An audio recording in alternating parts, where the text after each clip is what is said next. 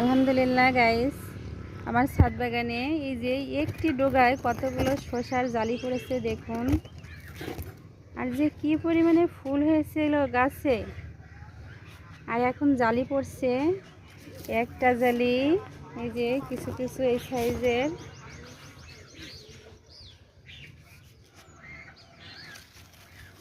আর আছে কিনা দেখছি, এই যে একটা একটা এই যে একটা ঝুলছে।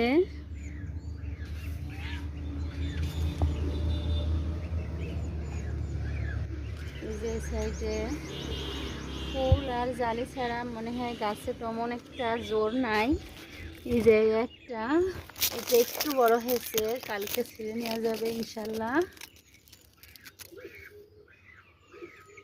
এই যে গাছে বেশি মাটি নাই, এই যে এরকম ছোট্ট পাতিলে আপনারা চাইলে যে কেউ ছাদে এভাবে ছাদ বাগান করে টাটকা সবজি খেতে পারেন। বাজার থেকে না কিনে এভাবে সবজি লাগিয়ে টাটকা টাটকা সবজি আপনারা পেতে পারেন।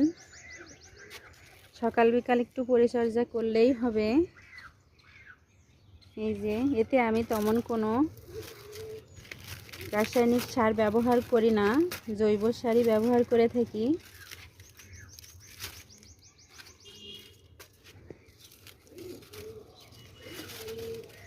পোকা মারার জন্য তেমন কোনো কীটনাশকও আমি এখানে ব্যবহার করি না, সেটিও আমি নিজে তৈরি করে ব্যবহার করি। এর চেয়ে টাটকা সবজি আসলেই পাওয়া যাবে না।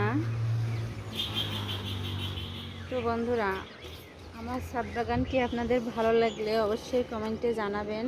আজ আর নয়, আল্লাহ হাফিজ।